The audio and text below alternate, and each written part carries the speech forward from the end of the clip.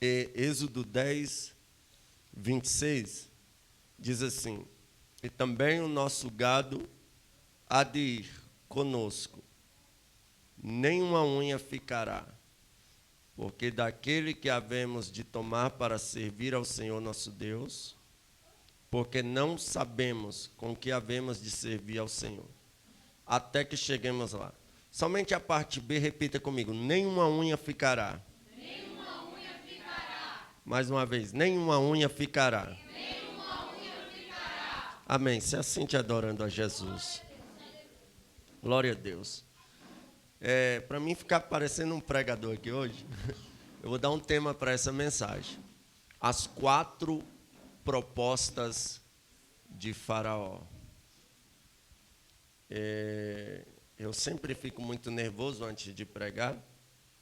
E eu fico tremendo, gaguejando. Eu acho que isso... o dia que isso sair de mim, eu paro de pregar. Essa é a realidade, né?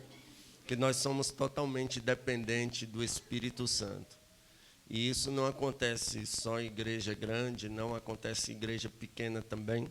Eu sempre fico tremendo muito, com medo. É uma responsabilidade falar da palavra de Deus, né? Mas vamos falar aqui um pouquinho. Irmãos, eu quero contar um pouquinho aqui sobre Moisés. Moisés é um dos personagens bíblicos que muito me chama a atenção sua história, porque o diabo tinha grande fúria dele já desde pequeno. A Bíblia Sagrada diz que Faraó, ao observar que o povo estava crescendo de uma maneira extraordinária, ele decide parar o crescimento dos filhos de Israel, do povo que até então não eram chamados dos filhos de Israel, mas eram chamados os hebreus, conhecidos pelos hebreus. E ali eles se multiplicaram. E Faraó começa a dar uma carga de serviço dobrada para eles, para ver se eles param de reproduzir. Mas isso não acontece, como todos bons crentes, obedecendo o mandamento, né, que é crescer e multiplicar. Eles continuam multiplicando, mesmo depois da perseguição de Faraó, mesmo depois do trabalho duro. Então o que ele faz? Chama as parteiras e diz: mate todo menino macho que nascer. Vocês matem ele na hora do parto, que assim a gente para o crescimento dos hebreus. E as parteiras, temendo a Deus, Sifra e Puá, não matam as crianças. E por isso Deus as abençoa. Então, Faraó chama as parteiras e diz: rapaz, eu não mandei vocês matar os meninos, mas os meninos continuam nascendo e crescendo. Vocês estão me desobedecendo. Elas olham e dizem: olha, é que elas não são igual a gente. A gente tem dificuldade no parto. Elas não. Quando a gente chega lá, as mulheres já pariu. Os meninos já estão vivinhos da Silva. Aí, Faraó desce a um nível pesado. Ele dá ordem aos seus súditos que assassinem todo menino macho. A fúria de Satanás contra as crianças, ela sempre revelou uma grande eventualidade. Quando o Faraó ordena que mate as crianças, Deus levanta Moisés e livra Israel do Egito. Quando Herodes manda matar as crianças, Deus levanta Jesus e salva aquele que nele crê e estabelece a igreja. E hoje nós estamos vendo aí, mais uma vez, um ataque contra as crianças. Em algumas nações já liberaram aborto até de 6 meses, são crianças inocentes. E toda vez que o inferno se levanta para fazer um infanticídio, um assassinato em massa de crianças, é revelado algo extraordinário. Tendo em conta o que nós estamos vivendo, eu só posso crer em uma coisa: Cristo, por esses dias, vai arrebatar a igreja e levar ela para ir morar no céu. E nós aguardamos isso. Mas deixe-me voltar lá para o início. Então a Bíblia diz que vem um casal da tribo de Levi. Levitas sempre foram loucos, sem temor, até porque Deus era com eles. Pensa, todas as tribos ganharam terra. Deus falou, olha, a terra de tal, tal, tal é de vocês, a terra tal, tal, tal é de vocês. E para a tribo de Levi, Deus disse, vocês não herdarão terra, eu serei a herança de vocês. Pense, todas as tribos herdaram terra, a tribo de Levi herdaram Deus. Entre terra, fazenda, carro, gado, tem gente que infelizmente escolhe isso. Entre uma escolha de terra, carro, gado, eles escolheriam isso, as coisas terrenas. Mas as coisas terrenas são passageiras. A tribo de Levi recebe Deus como herança. Se Deus me desse opção de escolha, e aí, vai querer carro, fazenda, dinheiro, grana, ou vai querer a minha presença? Eu diria, como disse a minha esposa aqui agora, eu fico com a tua presença, Deus. Por quê? Porque a presença de Deus, na hora da dificuldade financeira, ela é providência. A presença de Deus, na hora da doença, ela é cura. Aleluia. A presença de Deus, na hora da angústia, ela é socorro bem presente. A presença de Deus, na hora do perigo, é livramento. A presença de Deus, na hora que a gente perde, ela é restituição. A presença de Deus é tudo que nós precisamos. Oh, glória! Então a tribo de Levi recebe herança. Então vem um casal da tribo de Levi, o casal abençoado, o casal arretado. E eles então têm um filho chamado Moisés, que até então não era chamado de Moisés. Mas eles têm um filho homem. E eles o escondem durante 3 meses. Aí vendo Joquebede, mãe de Moisés, que não dava mais para esconder o menino, ela faz uma arca, betuma ali uma cestinha, uma pequena arca, né, uma cesta, na verdade, betuma a cestinha para não entrar água, coloca a criança e vai até o rio Nilo e coloca a criança. O rio Nilo era conhecido por um rio que tinha crocodilos gigantescos, leviatãs, que uma bocada só engoliria Moisés com cesta e tudo. Mas graças a Deus, que profeta de Deus, crocodilo não engole, leão não engole, fogo não queima e muito mais. Ô, glória! Então, o que acontece? Ela coloca Moisés no rio Nilo e Moisés vai, a cestinha vai andando, as filhas de Faraó estão tomando banho, ou melhor, a filha de Faraó, e suas criadas estão ali banhando e, de repente, um choro é ouvido. Então, ela manda pegar a cestinha, quando pega, ela olha para Moisés. E vários historiadores, inclusive José, vão dizer que Moisés era tão lindo, mas tão lindo, que ninguém conseguia passar os olhos sobre Moisés sem parar para admirar a beleza daquela criança. Então, quando ela bate o olho em Moisés, é amor à primeira vista. Ela fica encantada. E então, ela decide criar o menino. Miriam rapidamente se aproxima e diz, quer que eu chame uma hebreia para amamentar a criança? E a filha de Faraó diz, vá chamá-la, porque eu vou dar salário a ela, para ela cuidar da criança para mim, até que o menino desmame. Isso me chama a atenção. Por quê? Porque as crianças dos hebreus rejeitavam, segundo alguns historiadores, o leite das egípcias. Então tinha que ser uma hebreia para cuidar. Aí Miriam está ali acompanhando, vendo o menino chora, a filha de Faraó pega, vê e oferece um salário. Então a mãe de Moisés, no momento que a ordem é para toda criança morrer, ela vai ganhar proteção real. Oh, glória! Aleluia! E ainda vai ganhar salário para cuidar do próprio filho. Uma das coisas que eu amo em Deus é que Deus vem na contramão do mundo. Aleluia. Oh, glória, o mundo vem ditando as suas regras e Deus vem contra o mundo. A regra de Faraó era para todo menino morrer. A regra de Deus é para o menino ficar vivo e a mãe ainda ganhar salário. E eu vou ser mais enfático. A regra do mundo aí é para daqui uns dias ninguém conseguir mais comer carne. Mas não vai faltar carne na mesa dos crentes, porque Deus é providência para os crentes. A regra do mundo aí é que o mundo vai quebrar, que o mundo vai entrar em colapso financeiro. Mas Deus não vai deixar faltar na minha mesa, nem na tua mesa, nem na mesa de ninguém. Por quê? Porque Deus vem na contramão do mundo para abençoar a igreja. Oh, glória! Então a mãe de Moisés vai ganhar salário. E Deus vai fazer o menino crescer aonde? Dentro do palácio de quem mandou matar os homens. Será que Deus é poderoso? Não, Deus é poderosão. Ô glória! Ele decreta um decreto que vai morrer, não vai crescer. Por quê? Porque ele está incomodado com o crescimento. Aleluia! E tem gente que não suporta ver o crescimento. Tem gente que até aguenta ver você crescer, até aqui assim, aqui. Até o nível dele ele ainda suporta. Mas passou dele, ele não suporta, ele quer te matar. Aí ele quer te parar. Aí ele começa a dizer, fulano agora que tem carro está soberbo. Fulano agora que está ganhando está exaltado.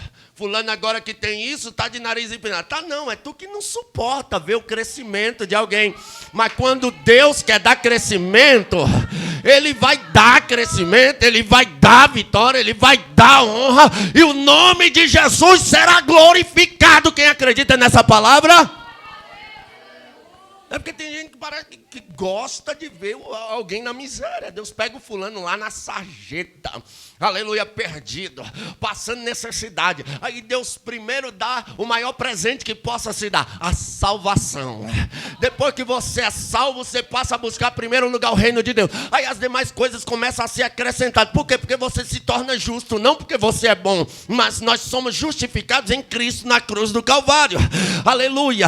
Ele nos justifica, Ele nos perdoa, Ele nos lava. Quando nós nos tornamos justos, aí a palavra se cumpre em nós. O justo viverá pela fé. Aí Davi vai dizer, eu fui moço, hoje sou velho, eu nunca vi um justo passar fome e nem a sua descendência mendigar o pão. Entenda, uma vez que tu aceitou Jesus, Ele te justifica e Ele cuida de você. E a tua história será transformada. Porque Ele arranca o pobre do pó, ergue do monturo necessitado e o faz assentar entre os príncipes. Eu vivi isso, eu estou vivendo isso, e eu creio que alguém aqui vai viver isso. Aleluia. Pode até ter uma turma de Faraó ajuntado com todos os demônios do inferno, dizendo, vamos parar o crescimento dele, vamos parar o crescimento dela. Não vai, não vai, não vai, não vai, não vai. Aleluia. Você pode adorar, eu sinto Jesus aqui.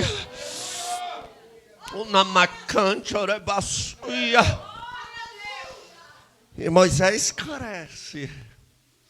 Oh glória. E Moisés cresce. Cresce. Cresce. Só que os planos de Deus não eram Moisés ali.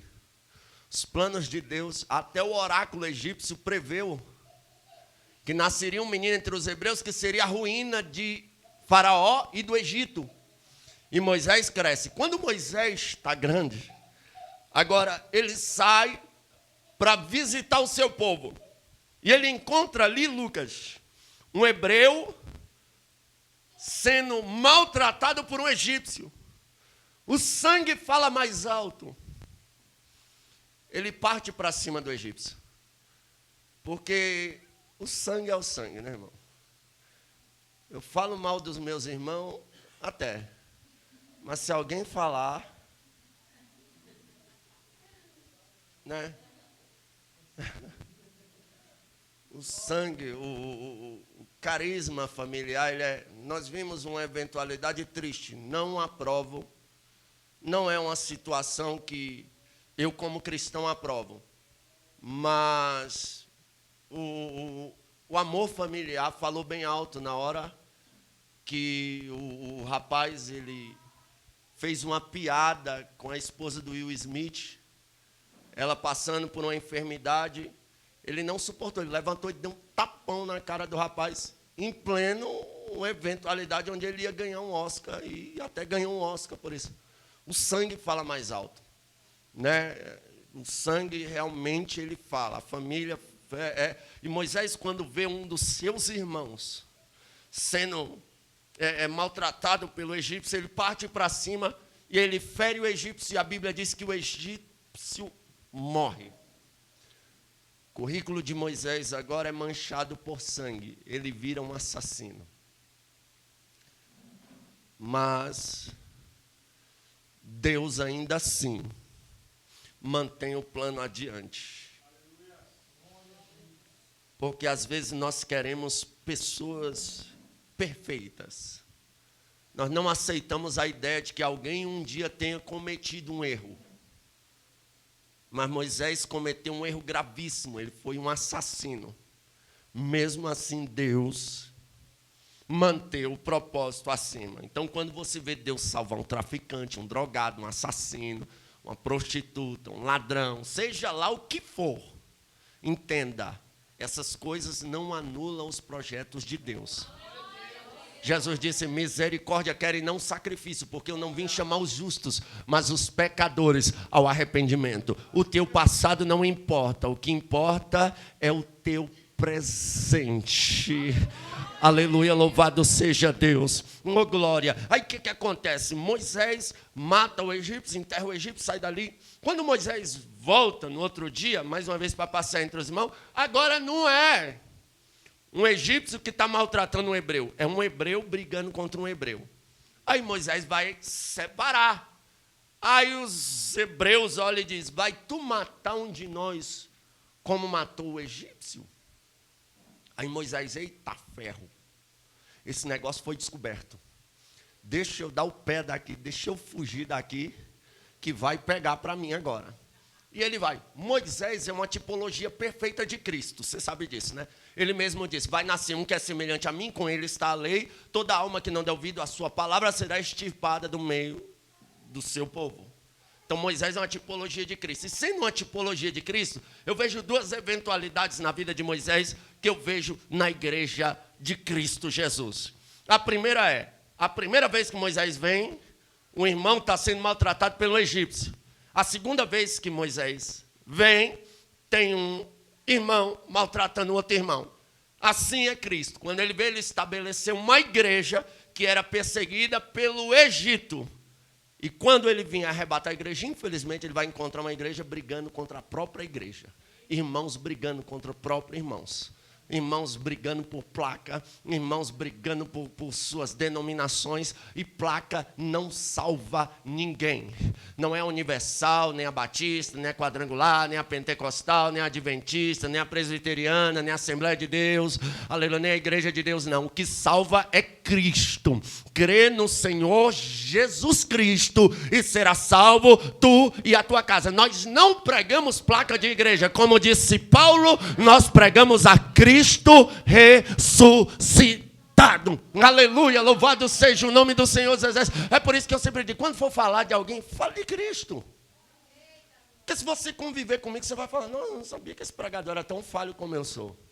Se eu andar com qualquer um de vocês, eu vou ver um monte de falha sua, você vai ver um monte de falha minha, e você vai ter de muito para falar mal de mim.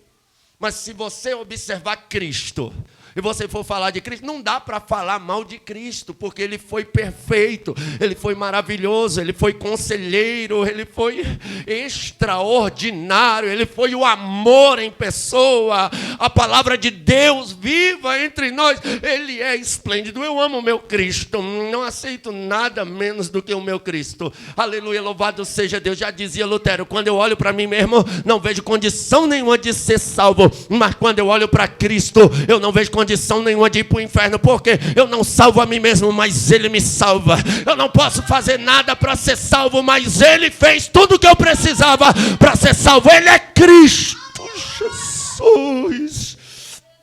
Oh, glória. Mas deixa eu me correr aqui, irmão. É que eu estou empolgado. Eu estou pregando hoje aqui como se eu estivesse pregando para 10 mil pessoas, tá? Então dê glória, glorifique, adora Jesus. Comigo não tem esse negócio não, irmão. É igreja pequena, igreja grande. Eu prego como se fosse a última vez que fosse me dada a oportunidade de pregar, porque a igreja está se despedindo da terra. A qualquer momento a trombeta pode tocar. E de fato, esse pode ser o nosso último culto aqui na terra. E eu quero que seja um culto abençoado, para a gente chegar lá no céu e dizer, olha, o último culto que a gente presenciou lá embaixo foi tremendo.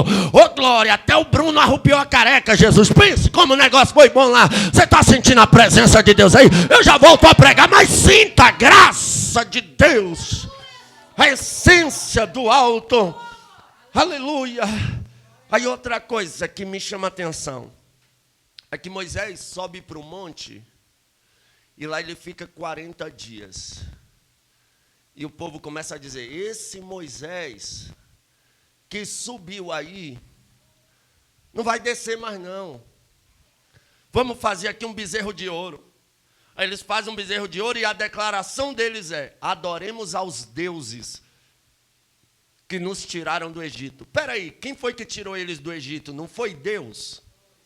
Então eles estão adorando o ouro, dizendo: adoremos aos deuses que nos tiraram do Egito. É igual a algumas denominações modernas. Eles já não pregam mais Cristo, eles pregam o ouro. O ouro é o centro. Eles pregam o ouro como se fosse Cristo, como se fosse Deus, né? Se você está crente, você tem que ficar milionário, rico, empresário. E se você não tiver nada disso, Deus não é contigo ou tu está em pecado. É isso que a teologia falsa da prosperidade prega. Mas com Jesus, a gente tendo ou não tendo, Ele é Cristo na nossa vida. Aleluia, uma coisa é certa, o pão de cada dia Ele não deixa faltar. Agora Ele não morreu na cruz para enricar ninguém. Aleluia, Ele morreu na cruz para salvar a nossa miserável alma. Só que tem igrejas que só pregam ouro. Eles estão pregando o evangelho para as pessoas se acostumarem na terra e não querer ir para o céu. Mas não é isso que Jesus nos ensinou. Jesus nos ensinou que o Espírito e a noiva dizem: vem. Então a igreja que é espiritual, ela clama: Maranata, ora vem Senhor Jesus. Ela deseja. Você já viu a expressão que muita gente usa: eu estou com saudade do céu. Aí alguém pergunta: mas tu nunca foi no céu? Como é que tu está com saudade do céu? Eles não entendem que o Espírito de Deus habita em nós. E da onde é que o Espírito de Deus veio? Para onde é que ele está doidinho para voltar? Mas ele só volta quando a trombeta tocar. E ele vai conduzir a igreja. É por isso que nós sentimos saudade do céu, porque temos o Espírito Santo de Deus. Agora tem igrejas que já pregam ouro, pastores vendendo a sua alma para ficarem ricos. Nós não necessitamos disso. Se Jesus te abençoar financeiramente aqui na terra, adore a Ele. Se não te abençoar, adore do mesmo jeito. Se Jesus te curar, adore. Se não te curar, adore do mesmo jeito. Se Jesus te der um carro, adore. Se Ele não te der, adore do mesmo jeito. Se Jesus te tirar do aluguel, adore. Se Ele não te tirar do aluguel, adore do mesmo jeito. Porque está chegando a hora que a trombeta vai tocar. E se a enfermidade aqui não for curada, o nosso corpo vai ser glorificado. E ele vai ser, aleluia, intocável pelas doenças. Ainda que ele não nos dê uma casa aqui na terra, Lucas, nós vamos morar numa mansão que o próprio Cristo vai preparar lá no céu. Ainda que nós não ande de carro aqui, nós vamos andar de carruagem de fogo lá no céu. Ainda que nós não venhamos comer picanha aqui na terra, nós comeremos do fruto da árvore da vida e nunca mais teremos fome. Será maravilhoso. Oh, glória. Então cuidado, não vamos fazer como essas igrejas, que esse Jesus que subiu aí, não vem mais não. O negócio é só aqui na terra mesmo. O negócio é viver bem aqui na terra. Deus, ele não tem muita preocupação. Ele quer o melhor. A Bíblia diz: o melhor dessa terra é para o povo de Deus. Se crer e obedecer, eis que coloco diante de vocês o caminho da bênção e o da maldição. Só que Deus não está muito preocupado com a minha felicidade, com a tua felicidade. Aqui na terra, não. Que isso, pregador? Isso é heresia? Não é. Tem gente que eu preciso ser feliz, eu preciso casar. Aí casa. Aí daqui a pouco, eu não gosto mais, não quero mais, começa a brigar por nada e separar. Deus não abençoou? Não queria tanto casar para ser feliz? Então, o motivo, Deus não está muito preocupado, irmãos, com a nossa felicidade, porque tem coisa que Deus propõe para a gente viver bem, mas a gente joga fora com as próprias mãos. A bênção, a gente vai procurar coisas que Deus não permite, que Deus não quer, que vai trazer dor para nós mesmos. Então, o importante é a gente focar primeiro no céu. E as demais coisas, Ele vai nos abençoando. Então, não vamos nos adaptar aqui na terra, porque nós não somos daqui. Essa igreja não foi aberta somente para um ajuntamento de pessoas ou para fazer você feliz. Não, essa igreja foi aberta porque a sua alma estava precisando ser salva. A minha alma está precisando ser salva. É por isso que eu congrego em uma igreja. Nós não congregamos só para dizer somos crentes. Não, não, não. Nós congregamos porque nós esperamos um céu de glória. Jesus não morreu na cruz do Calvário somente para abrir placa de igreja. Não, Jesus morreu na cruz para levar a nossa alma para o céu. Essa é a nossa esperança. Oh, glória! Aí Moisés foge dali por causa desse assassinato, vai para as terras lá de Reuel, e lá ele se casa com Zípora, vive.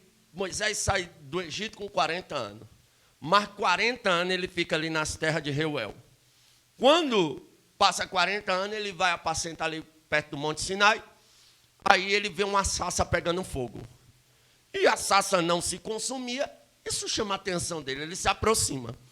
Aí Deus fala para ele o que Deus falou para Abraão e falou para Josué também. Tire a sandália dos seus pés, porque o lugar que tu estás é terra santa. Uma das coisas interessantes aqui, por que Deus mandou Abraão, Moisés e Josué tirar a sandália dos pés? Porque o lugar que eles estavam era terra santa. Porque para grandes chamadas, igual a de Abraão, igual a de Moisés, igual a de Josué, a pessoa tem que ter os pés no chão. Deus nos chama a ter os pés no chão. Tem crente que muda de igreja igual muda de roupa. Tem gente que vive para lá, vive para cá, não aceita ser pastoreado por ninguém, não aceita, toda hora está de birrinha, toda hora não gosta disso na igreja, não gosta daquilo. Irmão, não existe igreja perfeita. Se você souber ter uma igreja perfeita ali, pelo amor de Deus, não vá para lá, você vai estragar ela. Isso é sério. Mas tem gente que não tem os pés no chão e quer viver grande chamada. Estabilize o seu pé. Aleluia. Deus tem grandes ministérios, mas como é que Deus vai usar a mulher que vive fazendo barraco no meio da rua? Tacando panela de pressão na cabeça do marido, gritando com o marido, xingando o marido todinho. Como é que Deus vai usar uma mulher dessa para grandes ministérios, para grandes propósitos? Sem testemunho nenhum. Hoje ainda, eu morro de vergonha disso e eu peço perdão para a igreja, para os que não são crentes por isso. Aqui na esquina dessa rua, hoje eu passando, a mulher falando, pois é, ela tomou meu marido e é crente ainda. Eu falei, oh Jesus, a gente tem que engolir. Por quê? Porque é uma realidade. Mas não é todo mundo que é assim, não. Tem crente sério, tem crente com os pés no chão. Tem me candarás. Aleluia. E da mesma sorte o homem. Aleluia. O homem tem que ser protetor de casa, um homem de família, um homem que cuida da esposa, cuida dos filhos, dá um bom testemunho para Deus usar com grandes propósitos. Não é crente, não pode ser mentiroso, mal pagador, 171. Não, crente tem que... Todos nós, como eu disse, erramos, falhamos. Em algum momento da vida a gente falha. Eu vi muita gente desejar, crente, desejar a morte daquele rapaz Lázaro. Eu orei para Deus dar uma oportunidade de salvação a ele, mesmo que fosse no último momento.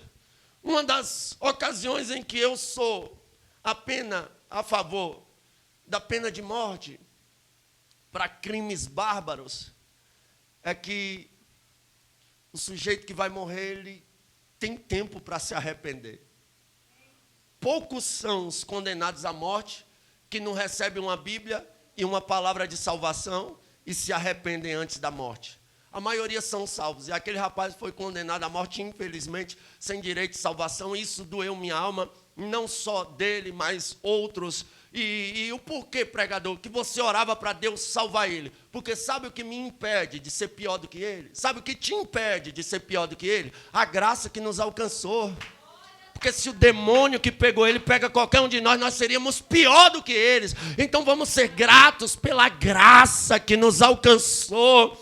Aleluia, louvado seja. Quando você vê alguém envolvido em uma situação de extrema decadência humana, que você olha assim, aquela pior pessoa que você possa imaginar, ainda assim Cristo olha para ela com um olhar de amor. Aleluia. Para alguém ser condenado à morte, Esse alguém tem que ter cometido uma barbaridade, algo horrível. Ainda assim, Jesus olha para alguém condenado à morte e diz: ainda hoje, tu estarás comigo no paraíso. Oh, glória! Aleluia! Moisés tira a sandália dos pés. Deus fala: olha, eu te enviarei a Faraó e tu livrarás o povo meu das mãos de Faraó. E Moisés: eu não sei falar, inventou toda a desculpa possível, mas Deus, tu vai, leva teu irmão Arão, vá logo, não teme não. E ele vai. Deus endurece o coração de Faraó, Faraó não voa, aí começa a vir praga, e dá-lhe praga, e dá-lhe praga, e dá-lhe praga. E o negócio foi arrochando para o lado de Faraó, até que Faraó se flexibiliza um pouquinho e diz: tá bom. Vocês querem adorar o Deus de vocês, né? Eu tenho a primeira proposta para fazer para vocês. Êxodo 8, do 25 a 26. Adorem aqui mesmo no Egito. Vou dar um período para vocês adorar e está tudo bem. Moisés olha e diz: de maneira nenhuma. Tu sabe que é abominação diante do Egito a gente adorar aqui. Eles podem até nos apedrejar. O nosso Deus jamais aceitaria isso. Então a primeira proposta de Faraó é: pode adorar aqui mesmo no Egito. Vocês não precisam sair do Egito para adorar, para ser bons crentes, para ser bons cristãos. Não, não. Vocês ficam aqui no meio do Egito mesmo e está tudo legal. E essa é a primeira proposta enganosa que Faraó faz. E essa é também a proposta, a primeira que o diabo faz hoje. Você não precisa ser crente, não. Você não precisa fazer parte de nenhuma denominação. Você não precisa ser batizado. Você não precisa obedecer pastor. Você não precisa obedecer a Bíblia. Você pode continuar crente no Egito, dançando forró, dançando funk, indo para o rap, indo para as baladas, aleluia, fumando cigarro, fumando maconha, fumando cachaça. Você pode continuar crente, fazendo tudo que não presta, adulterando, mentindo, roubando. Essa é a primeira proposta que Faraó oferece. Mas assim como Moisés, hoje nós nos posicionamos e dizemos: não aceitamos, não queremos ser crentes no meio do Egito, aleluia, nem uma unha nossa vai ficar no Egito. Satanás quer que a gente se conforme. Já existem igrejas de Satanás, já existem igrejas gays. Então, o que é isso? Não, vocês ficam aqui no Egito mesmo. Não vai nessa onda, não. Vocês não precisam desse extremismo religioso. Isso é religiosidade. Não é. Jesus diz: quem quiser vir após mim, negue-se a si mesmo. Aleluia. O problema dessa geração moderna é que não quer negar suas vontades, os seus prazeres carnais. Oh, glória, quer viver pecando, quer viver se bandeando, aleluia, para tudo que não presta, e Deus é comigo. Você fala assim para alguém: Jesus te ama. A nós todos. Não adianta Ele nos amar e nós não amarmos Ele. Porque a Bíblia diz: não ameis o mundo e nem o que no mundo há. Se alguém ama o mundo, o amor do Pai não está nele. Mas Deus amou o mundo de tal maneira que todo aquele que nele crê não pereça, mas tenha vida eterna. Crê em quê? Nas palavras de Cristo Jesus. E Jesus não está nem aí se alguém não quer as palavras dele. Um dia ele pregando sobre: eu sou o pão da vida, quem não participar de mim não entrará no reino de Deus. Alguns discípulos, não foi novo convertido, foi alguns discípulos levantaram e começaram a ir embora. Aí os discípulos de Jesus olharam assim, os 12, os mais próximos: mestre, quem pode com esse discurso, quem pode com essa mensagem? Jesus olhou e disse: Pedro, tu não quer ir com eles também não? Pedro olhou e disse: para onde irei eu, se só tu tens as palavras de vida eterna? Aleluia. Entenda, o evangelho não é fácil, mas é gostoso. É uma coisa boa de se viver. A gente tem uma paz que o mundo não tem, que o mundo não conhece, e é essa paz que o Senhor quer dar para nós nessa noite. Aleluia. Mas Faraó endurece o coração. Vocês não aceitam, não? Começa a agir mais com dureza. Aí Moisés de novo dá-lhe praga. Tu quer, Faraó? tu vai ver que tu não está mexendo com qualquer faraó, se achava um Deus. Mas ele não sabia que ele estava lidando com o Deus dos deuses. Aí o negócio estreitou. Faraó de novo, Hebreus. Êxodo, melhor dizendo, 8:28. Ele começa a dizer a Moisés, olha, eu tenho outra proposta para você. Primeira proposta, adore aqui mesmo no Egito. Segunda proposta, vão até o Sinai. Vão lá no deserto. Adore lá. E depois, volte para o Egito. E essa é a segunda proposta que Faraó propõe, que o diabo propõe para a gente hoje. Ó, vocês vão para o culto, fica crente lá durante o culto, depois festa de novo, forró de novo, catira de novo, cachaça de novo, droga de novo. E tem muita igreja desse jeito. Aí quando a gente prega que tem que ser liberto, que tem que deixar para trás, esse povo só sabe julgar. Não julgueis para não ser julgado. Ô, irmão, como João Batista ia ouvir essas indiretinhas, não julgueis para ser julgado, porque João Batista dizia, raça de víbora, quem vos ensinou a fugir da ira futura? Arrependei-vos e convertei-vos. Tiago dizia, adúlteros e adúlteras, não sabeis vós, aleluia, que a amizade do mundo é inimizade contra Deus, purificai as mãos, pecadores, vós de duplo ânimo, ou seja, que tem uma vida dúbia, que é crente lá fora, não é, aleluia. Eu sei que não é fácil ser crente lá fora, aleluia, mas a gente tem que se esforçar para sermos o que somos aqui dentro da igreja, lá fora também, porque o diabo quer isso. Vá lá, adore, depois tu pode ir para o risca-faca, para o porão do rock, para micarecandanha, para o carnaval, para boate, é isso que o diabo quer. Não tem muita gente nessa onda, só que essas são as portas largas que os carpinteiros da atualidade estão fazendo, que pode tudo, que nada é proibido, mas a porta que o carpinteiro de Nazaré fez é estreitinha.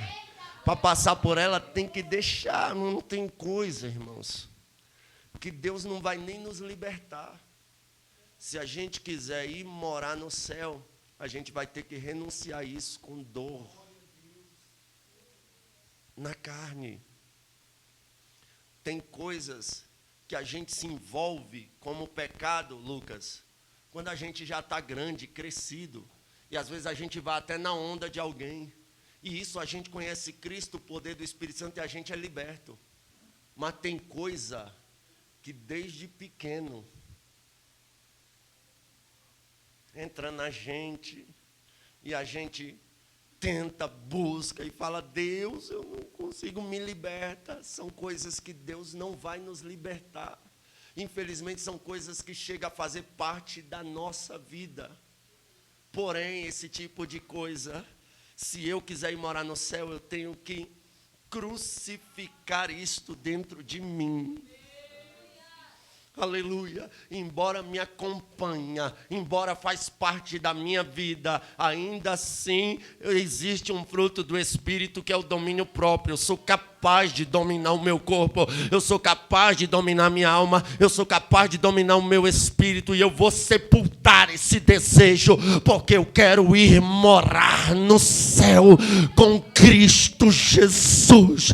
Será uma luta constante, será a nossa maior batalha, não é contra o diabo.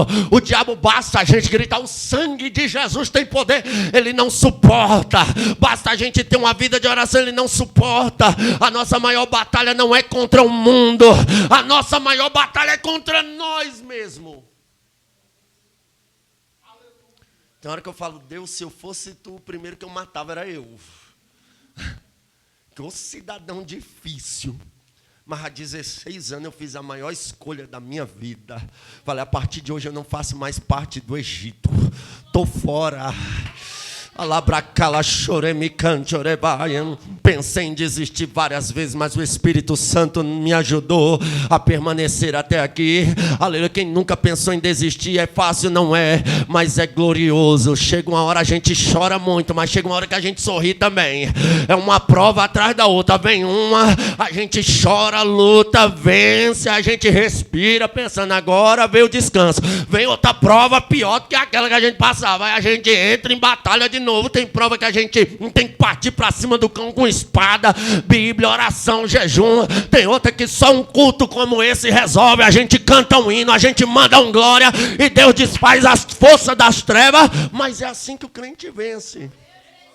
Não é fácil, mas aquele que perseverar até o fim será salvo. Aí, em Êxodo 10, Faraó vai pegar pesado. E aqui eu queria que você dobrasse sua atenção. A primeira proposta, fiquem aqui no Egito mesmo, adorem aqui. A segunda, vão lá, adorem e voltem para o Egito.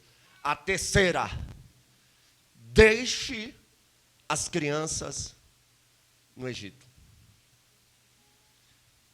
O plano satânico, ele é pegar as crianças, doutrinar as crianças com falsas doutrinas, doutrinas demoníacas. Tem crianças que crescem sendo doutrinadas pelo diabo, em algumas religiões, já para ser um suicida, alguém que vai morrer e se matar pela nação dele. Tem crianças que crescem, o diabo, a sua cartada, ultimamente, é trazer para as escolas dos nossos filhos a ideologia de gênero, e nós não podemos ficar calados mediante isso.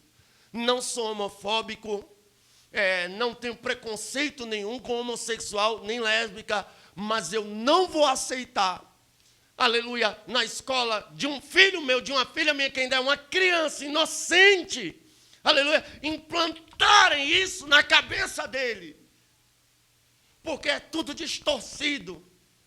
Uma criança não tem mentalidade para lidar com isso. A criança vai ser o que a gente ensina ele a ser. Querem forçar as nossas crianças. Aí eles falam, não, a gente tem que entender que a criança é capaz de lidar com isso, de escolher, de fazer, porque ela já raciocina. Aí quando a gente fala, então, a criança que matar a outra tem que ser presa igual adulto, porque eles sabem o que está fazendo. Aí eles pulam longe. Ou seja, hipocrisia. Né? Aí eles entram com defesa. Ele não sabia o que estava fazendo. É menor ainda. Não sabe. Não tem condição. Quer dizer que tem condição para escolher sexo e não tem condição para pagar pelo erro que fez? Que ideologia falsa é essa? É o diabo querendo fazer com que a maldade seja boa nas nossas crianças. Mas nós não vamos aceitar, Faraó. As nossas crianças não. Nós precisamos nos levantar em caráter de emergência. Eu vou pegar pesado, aleluia. Louvado seja Deus. Está aqui a minha esposa. Mães não podem ser preguiçosas a ponto de entregar um tablet, um celular na mão da criança. Eu não aguento mais essa criança, pelo amor de Deus. Pega aquele celular, entra nesse quarto e fica quietinha. Aí está lá o diabo. Certa feita, eu sempre falo para minha filha, o que é que você está assistindo? Deixa eu ver. Eu olho, porque uma vez minha filha estava assistindo um desenho, e o desenhozinho ensinava o outro desenho a se suicidar. Tem hora que a criança está assistindo lá, aprendendo bruxaria. A gente tem que filtrar o que os nossos filhos... O diabo não está brincando. Aleluias, eu sinto isso aqui, eu sei pela revelação da palavra, aleluia, que o Espírito está nos chamando a atenção. O ataque contra as nossas crianças é grande. Eles querem as nossas crianças no Egito, porque se as nossas crianças ficarem no Egito, eles vão formar, aleluia, uma juventude mal, uma juventude leviana, uma juventude que vai de ponta cabeça ao inferno. Mas eu não abro mão dos meus filhos, eu não abro mão da minha família, aleluia. Eu vou liberar uma palavra profética: nenhum mal chegará às nossas crianças, porque há poder no sangue de Jesus sobre elas. Vamos ser cuidadosos, até nós pais, vamos ajudar as nossas esposas no auxiliar dos nossos filhos.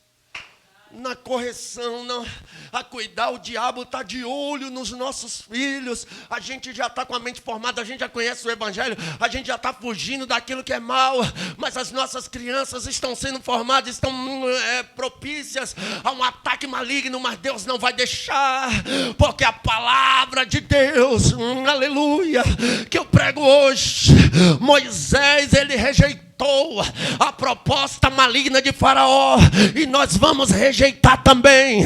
As nossas crianças crescerão na presença de Deus. A Bíblia diz: ensine os filhos o caminho que devem andar, quando crescer não se desviará dele. Não canse de falar de Cristo aos seus filhos, não canse de levar seus filhos para o culto, ainda que eles não queiram ir, leve. Conte histórias. Aleluia. Os meus vizinhos, quando eu tinha 7 anos de idade, me levavam para a igreja. Isso marcou minha vida. Eu nunca esqueci disso. Eu cresci, me envolvi no mundo das drogas.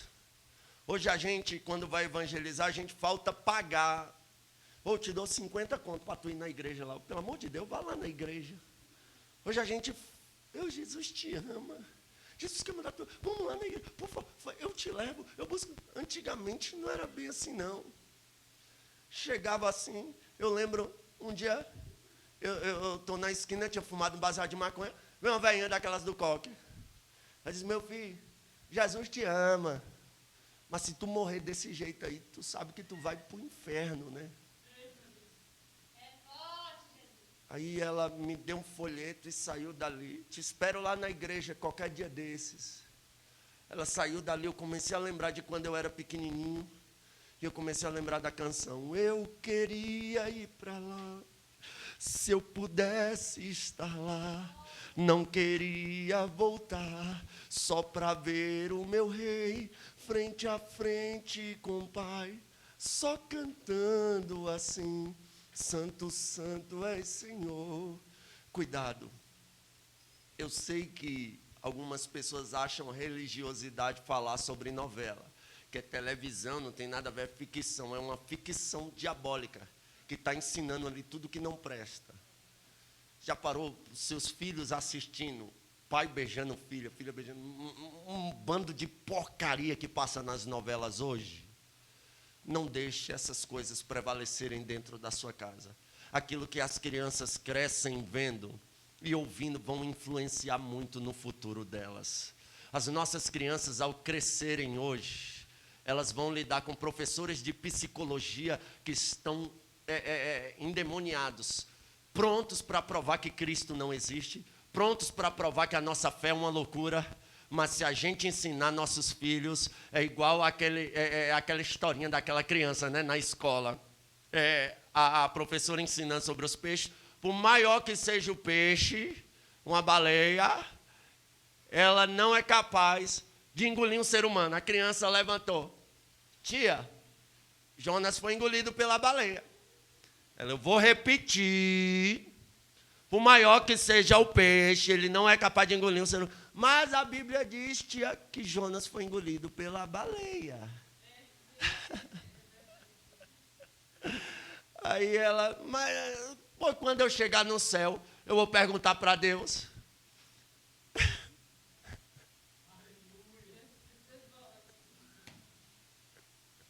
Aleluia, louvado seja Deus.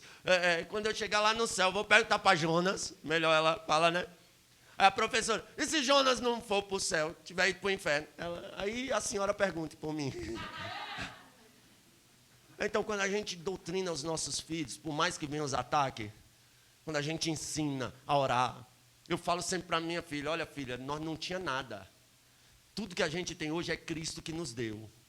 O seu pai era perdido, era para estar morto hoje, mas Cristo salvou, mudou, me deu uma família, me deu vocês. O Pai do céu tem cuidado de nós. Nunca desista de Cristo. Última proposta de Faraó: tá bom, vocês vão, só que vocês deixam os bens de vocês aqui no Egito. Aqui eu encerro a pregação. É outra coisa que o diabo quer, que a gente proporcione aquilo que Deus nos deu para o Egito. E não pode. O carro que Deus te deu não é para ir para o funk. O carro que Deus te deu não é para ir para a festa mundana.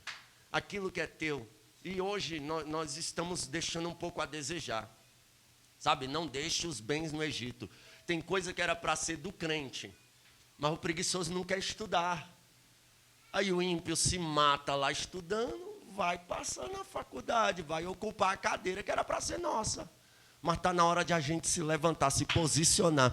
Eu vou liberar uma palavra profética. Aquilo que é nosso, será nosso. Aquilo que é da nossa família, será da nossa família. Aleluia. Eu sei que Deus vai escolher uma turma de filhos nossos para ser missionário, pregador. Mas os que Deus tiver para ser médico também, vai ser médico, vai ser enfermeiro, vai ser advogado, vai ser juiz. Aleluia. Os crentes vão começar a ocupar as cadeiras que nos pertencem. Nós fomos chamados para ser cabeça e não cauda. Mas tem hora que a gente abre mão daquilo que é nosso para o Egito. O que Deus te deu, não abra para o Egito. Ô glória, a esposa que Deus te deu, não abra a mão dela para o Egito. O esposo que Deus te deu, não abra a mão dele para o Egito. Aquilo que Deus tem te dado, não abra a mão para o Egito. A tua casa, não abra exceção. Ontem estava ali em casa, minha esposa decidiu fazer um churrasco de última hora. E um de meus irmãos falou, posso tomar um aqui? Eu falei, não. Ele falou, mas só umazinha. Eu falei, não vai. Porque se a gente abre, é só uma brecha que o diabo quer. É só uma brecha que o diabo quer. Ele não precisa de muita coisa. Porque às vezes a gente, a história de Salomão, das raposas grandes e das raposas pequenas. As raposas estavam comendo a vinha, aí fizeram uma cerca e cercaram. E as vinhas continuaram sendo comidas. Mas como assim? Nós passamos uma tela, a tela protege das raposas grandes. As raposas grandes é aquelas que a gente vê de logo. E às vezes a gente vê uns pecadão grande, como tá fácil de ver, a gente foge deles. Ou tenta fugir deles, ou põe uma cerca para eles não virem até nós. Mas aí as raposinhas a gente não... Elas continuam passando pelos buracos da telinha. E elas causam grandes estragos. Então vamos olhar também para as raposinhas, para as coisas pequenininhas e aquilo que Deus não nos deu, a sua casa, os seus bens. Aleluia. Você que, se Deus te der condição de ter propriedades, se puder, eu sei que é difícil hoje lidar, mas procure relacionamentos com pessoas de Deus, servos de Deus. Faça alianças com pessoas de Deus. Eu sei que é difícil, mas tem. Eu prego aqui hoje para um povo de Deus, para um povo salvo, lavado e remido. Então nós não aceitamos nenhuma das propostas de Faraó. Se coloque de pé em nome de Jesus. Pode cantar, Lucas. Alamacante, orevassuri, miandarabai.